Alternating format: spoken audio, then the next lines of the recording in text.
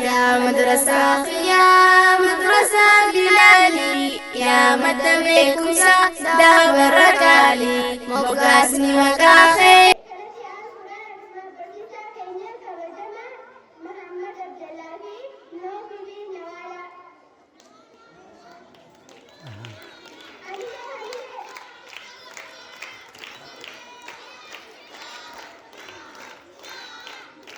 عليكم ورحمة الله وبركاته.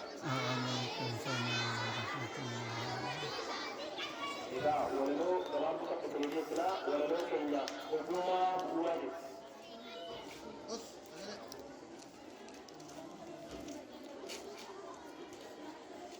Wajan kawani kalau cuma itu, gargar terpilih wajib saat itu, sedangkan rumah upaya itu, cuma di belanda ega itu, hukumah bila tak terkait jalanku, alis upaya wadah wajib.